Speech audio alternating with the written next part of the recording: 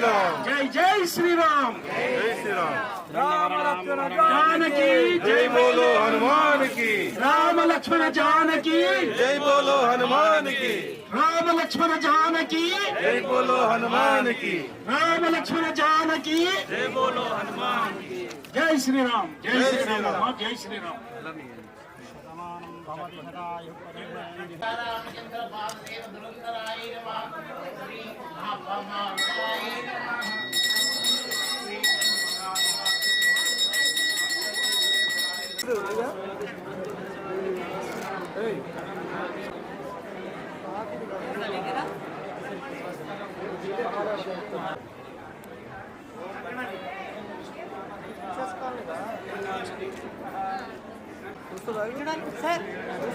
అన్నలకు తమ్ములకు అందరికీ కూడా నా యొక్క నమస్కారం.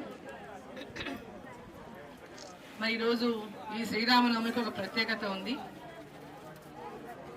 500 సంవత్సరాలుగా పైగా మనం అయోధ్యలో రామ మందిరంలో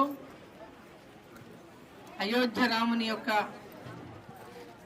విగ్రహ ప్రతిష్ట కోసం 100 సంవత్సరాలుగా ఎదురు చూసినటువంటి సమయం జనవరి 22న మన ప్రధాని నరేంద్ర మోదీ గారి చేతుల మీదుగా దివ్యమైనటువంటి భవ్యమైనటువంటి ఆలయం నిర్మాణమైంది. వారి చేతుల మీదుగానే ఆ యొక్క బాలరాముని ప్రతిష్ట అయోధ్యలో రాముని సొంత ఇంటిలో అయోధ్యలో రాముని చేర్చినటువంటి ఒక గొప్ప పవిత్రమైనటువంటి కార్యం నరేంద్ర మోదీ గారి చేతుల మీదుగా జరిగింది. మనమందరం కూడా ఆ రోజు కనులకంతా కూడా అసలు దాన్ని చూపు తిప్పుకోలేకపోయినాం. ఆ సందర్భం చూసినప్పుడు అందరం లైవ్ చూసినాం. అందరం కూడా పెద్ద ఎత్తున ఆ కార్యక్రమాల్లో పాల్గొన్నాం. ప్రతి ఇంట ప్రతి ఊర్లో ప్రతి ఒక్కరం కూడా ఆ యొక్క ప్రాణ ప్రతిష్టను చూసినాం. దాని తర్వాత ఈ యొక్క భారతదేశంలో ఒక కొత్త యుగం ప్రారంభమైందని మనం అందరం కూడా భావించాలి.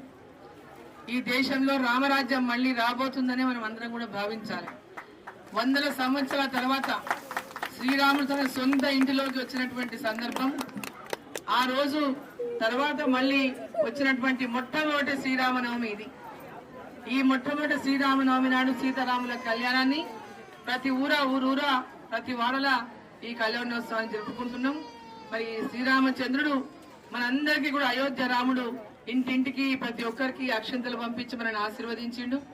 మరి మనం కూడా ఆ యొక్క పుణ్య కార్యాన్ని ఏళ్ల తరబడి చూసిన మనకందరికి కూడా అందించినటువంటి ఆ యొక్క రామరాజ్యాన్ని స్థాపన కోసం నరేంద్ర మోదీ గారి చేతుల మీదుగా ఆ కార్యక్రమం జరిగినటువంటి సందర్భంగా ఈరోజు ఈ దేశం కోసం మనందరి యొక్క భవిష్యత్తు కోసం నరేంద్ర మోదీ గారిని ఈ యొక్క శ్రీరామచంద్ర వారి యొక్క ఆశీర్వాదం నిండుగా ఉండాలని మనం అందరం కూడా ప్రార్థించాలని కోరుకుంటూ ప్రతి ఒక్కరికి కూడా మరి శ్రీరామ నవమి సందర్భంగా శుభాకాంక్షలు తెలియజేస్తా ఉన్నాం. జై శ్రీరామ్ జై శ్రీరామ్ జై శ్రీరామ్.